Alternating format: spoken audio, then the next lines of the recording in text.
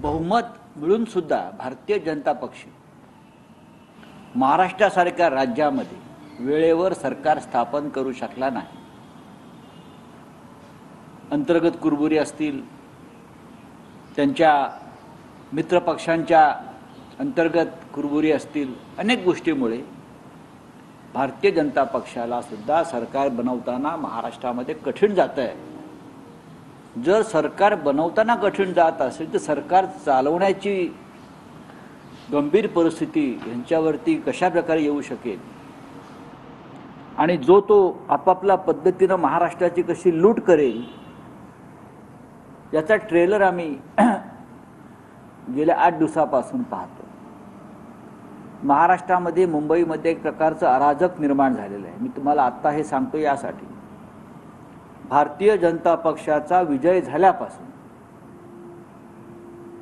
मुंबईमध्ये मराठी माणसावर हल्ले सुरू झालेले आहेत अनेक मार्गाने। त्यांचे उद्योग, त्यांचा व्यापार, त्यांच्या नोकऱ्या, भाषा मराठी बोलू नका मुंबईमध्ये अशा प्रकारच्या धमक्या दिल्या जातात। मराठी बोलायचं नाही, गुजराती बोला, मारवाडी बोला। ही मुंबई भाजपनं जिंकलेली आहे। म्हणजे कोणी जिंकली? भाजपनं जिंकली म्हणजे कोणी जिंकली याचा खुलासा होणं गरजेचं आहे।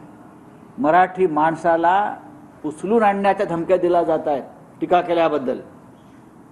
मराठी माणसाला उचलून आणून मारण्याच्या धमक्या दिल्या जात आहेत। देवेंद्र फडणवीस यांच्या अवतीभोवती जी माणसं आहेत, अमराठी, परप्रांतीय, उपरे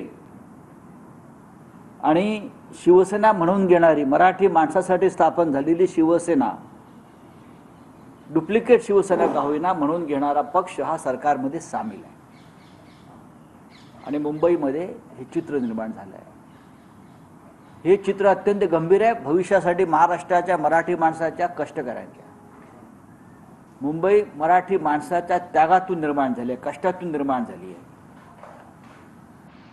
10 फूट जरी मुंबईचं तुम्ही जमीन खोदली तरी तुम्हाला मराठी माणसाचं रक्त त्यात दिसेल आणि बलिदान दिसेल। आणि हे आंदोलन, हा संघर्ष भाषा, संस्कृती आणि मराठी माणसाच्या हक्कासाठी झालं। अशा वेळेला भारतीय जनता पक्षाचा विजय होताच व त्यांच्याबरोबर अन्य जे 2 लोक आहेत त्यांचा विजय होतात। महाराष्ट्राच्या राजधानीमध्ये मराठी बोलायचं नाही अशा धमक्या दिल्या जातात। मराठी खपवून घेतलं जाणार नाही अशा धमक्या दिल्या जातात।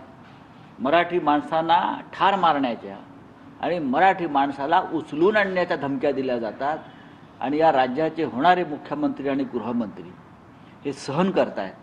ही अत्यंत लाजिरवाणी आणि दुर्दैवी गोष्ट आहे। मंगलप्रभात लोढांनी ट्विट केले त्या सगळ्या संदर्भात। ते म्हणतात की गुजराती आणि मारवाडी विरुद्ध मराठी अशा पद्धतीचा वाद लावायचं काम केलं। कोणी वाद लावला? वाद कोणी लावला? आता अंगलट्यावरती वाद लावला का? वाद लावण्याचं काम, आगी लावण्याचं काम आपण केलेलं आहे। या निवडणुकीमध्ये गुजराती, मारवाडी, जैन बांधवांच्या संदर्भात वेगळी भूमिका घेऊन मराठी माणसाच्या विरुद्ध उभं करण्याचं काम ह्या लोकांनी केलं। मुंबईवरती मराठी माणसाचा पगडा पुसून टाकून तिथे मराठी माणसाच्या दुश्मनाच्या हातामध्ये या राज्याची राजधानी सोपवायची भूमिका कोणी घेतली? मला सांगा ना। आम्ही कशाला इतके वर्ष आम्ही राहतोय ना, बाळासाहेब माननीय हिंदुहृदय सम्राट शिवसेना प्रमुख बाळासाहेब ठाकरेंच्या काळापासून मुंबईमध्ये आम्ही काम करतो आहोत आणि तेव्हाही या मुंबईमध्ये सर्व बांधव राज्याचे राहत होते। मग हिंदी भाषिक असतील, गुजराती असतील, मारवाडी असतील, जैन असतील, सिंधी असतील, पारशी असतील, सगळे राहत आहेत ना। पण आम्ही अन्य भाषिकांना अशा प्रकारच्या धमक्या दिल्या नाहीत। मुंबईवर पहिला हक्क मराठी माणसाचा राहील आणि मग आम्ही तुम्ही आमच्याबरोबर आमच्याशी जुळून घ्या, सांभाळून घ्या, सामावून घ्या, ही आमची भूमिका राहिली कायम। आज लोढा म्हणत असतील कोणी अन्य बिल्डर, आज मुंबई ज्या पद्धतीनं बिल्डरांच्या घशात घातली जाते त्या पैशातून आलेली ही मस्ती आहे। हे पण एक लक्षात ठेवा, विधानसभेत तुम्ही गैरमार्गाने आमचा पराभव केला असला तरी मराठी माणसाचं लढण्याचं बळ तुम्ही नष्ट करू शकता। सत्ता नसतानाही आम्ही मुंबई आणि महाराष्ट्रासाठी लढलो आणि यापुढे लढत राहू। आणि महाराष्ट्राच्या दुश्मनांना धडा शिकवू. तुम्ही दुसऱ्या राज्यात दुसऱ्या देशातनं उचलून आणण्याचा उल्लेख केला. गजाभाऊ जे ट्विटर अकाउंट आहे त्या अनुषंगाने